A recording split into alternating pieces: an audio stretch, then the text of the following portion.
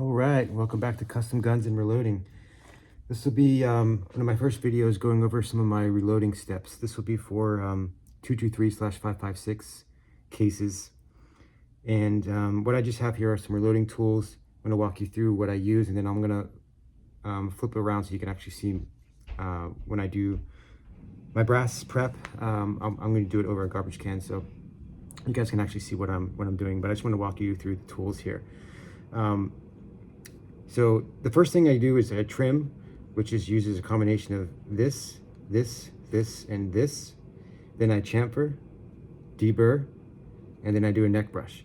Optional step, I have this little thing I bought. I can't remember what this was called, but this was, I bought this silver part on Amazon.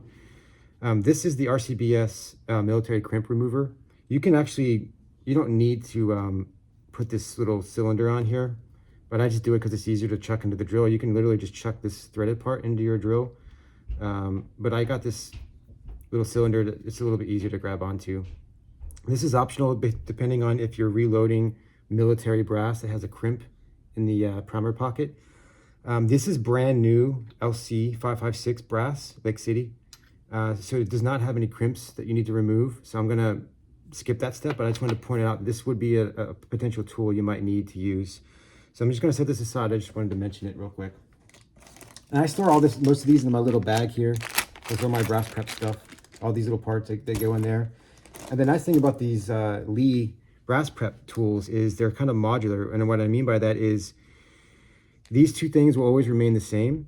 And if you're switching from like 223 to like a 6mm or some different size, you just get a different size brass holder or whatever you want to call this, and then a different size mandrel. This sets how far it's cutting, and then you can just get a cheap nylon brush that's the same for your caliber. And like this is a 224 brush because I'm doing 223/556 case. So for 6mm you'd have a 243, etc. So, and I just want to show you how you set this up. So, and you can actually do all this by hand. I also have a drill, so it just makes it easier and less manual, but you don't necessarily need a drill. That's why I like this setup. Is if shit hits the fan and the grid goes down or whatever, you don't need electricity to do any of this. It takes longer and it's more work. But so to start, you're just going to screw your 223 shell holder on, and for the Lee, I think this is a size 4, and like that.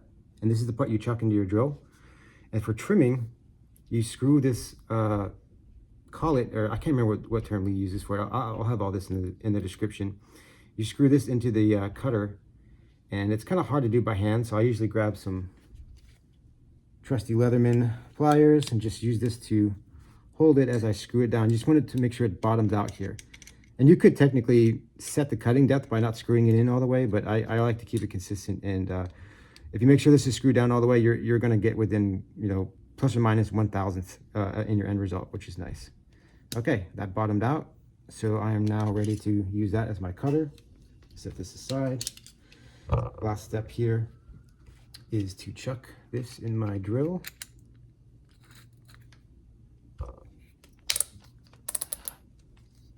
Okay, now using this the first few times, it kind of has a little bit of a learning curve. And what I mean by that is when you pinch the brass down in here, sometimes it feels like it's secure, and then you'll start trimming and it'll kind of like come loose on you. That's usually just because it's not fully kind of seated all the way to the back here. So what I mean by that is, if you put this case in here, I gotta loosen this up a little bit. I found that if it's not all the way back, if there's a little gap, I don't even know if I can get this. If there's a little gap right here between this edge and the edge of the case rim, it'll kind of walk itself loose as you're using it. So I always make sure you kind of push it all the way up against here. And the way I do this is I hold it firm, and then I kind of twist my drill. So it's kind of hard to capture on camera here. I loosen it up a little bit. Push it all the way back, hold it tight, turn your drill a little bit, and now it's tight on there. So my steps, minus the military crimp removal, when I'm preparing new brass, you don't necessarily have to trim it because it should already be the right length. But just for measuring this brass, it's it's maybe 4 or 5 thousandths away from trim length. And I know after a couple shootings, I'm gonna probably have to trim it anyway. So this, I know, will knock it down another couple thousandths based on what I just know what the output is of this tool. So I'm just gonna trim it and then chamfer, deburr, and neck brush. And then this brass should be good for 4 or 5 firings before I have to trim it and chamfer and deburr again. I just hate doing this step, so I'm trying to avoid having to do it as much as possible. Some people, if you love doing it, then go to town. Some people like to chamfer and deburr after every firing. This is a gas gun, so I'm not really sweating it too much. Maybe if this is like a precision bolt gun ammo or something, I might be more worried about that. But so these are my steps. New brass. The only other thing that would be different is if this was already once fired. I like to use a cheap little dollar store bin with just a squirt of dish soap and a little, maybe a teaspoon worth of lemon shine. And I use that to clean the brass off first. And assuming it doesn't need trimmed, then I just basically, after that step, I just start my full length sizing operations, which I'll cover in the next video here. This first video is just going to be new brass prep, and then the next video will be full length sizing, etc. So I'll walk you through each step of my reloading process here. For bolt guns, I probably would skip the cleaning step because the brass doesn't get nearly as dirty.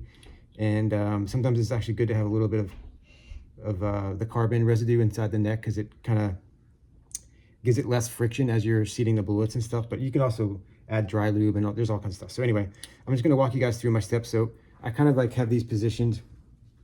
You can also screw this into like a little pistol thing. Like I don't really, it doesn't seem to grab that much. So I usually just kind of hold it by hand like this.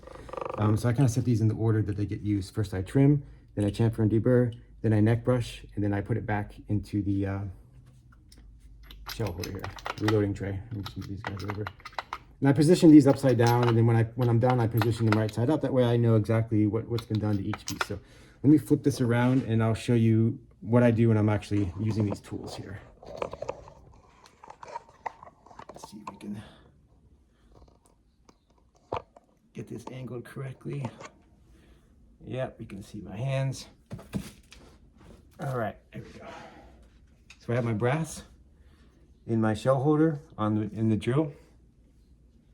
This, you just, and as like I said, I can spin this manually and it will trim, and you can tell when it's trimming or not because you can feel the resistance. Once it spins really freely, you can tell when it's done, and then you pull it out and then you chamfer and deburr. So I'll do a couple pieces of brass here. I'm not going to film all 50.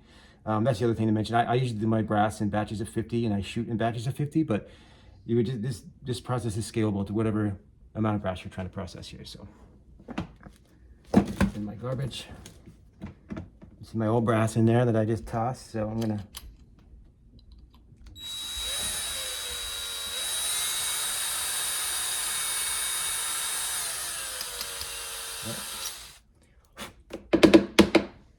and I usually knock some of the brass off on this.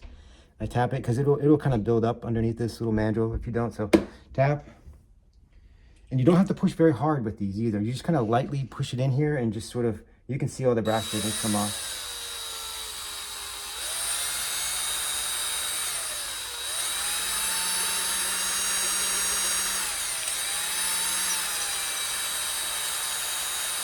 If you push too hard, it can sometimes mess up your neck tension. Last step is the brush.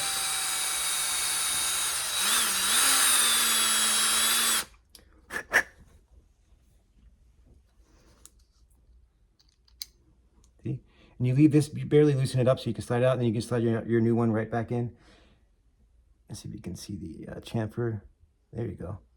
Cleaned it up nicely on the inside and the outside, and it's been trimmed, brushed. Final step, if you want, you can measure it just to see what your output is. I think this is around 5.3, 1752. It's usually 1752, 1753 every time, so it's very repeatable. Let's do one more just to see what our output is. And that'll be it for this video. I'm not going to film every step here.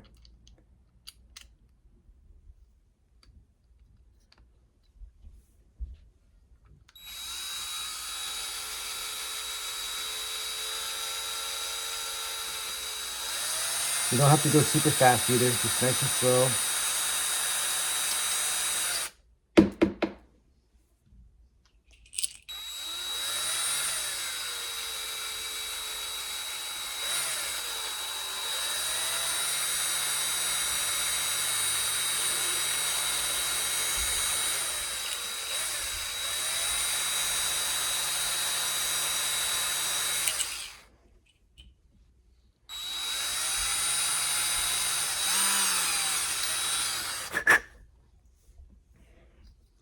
There we go. I have to do this 48 more times and I'm all done. All right, I'll see you guys in the next video. Take care. Bye-bye.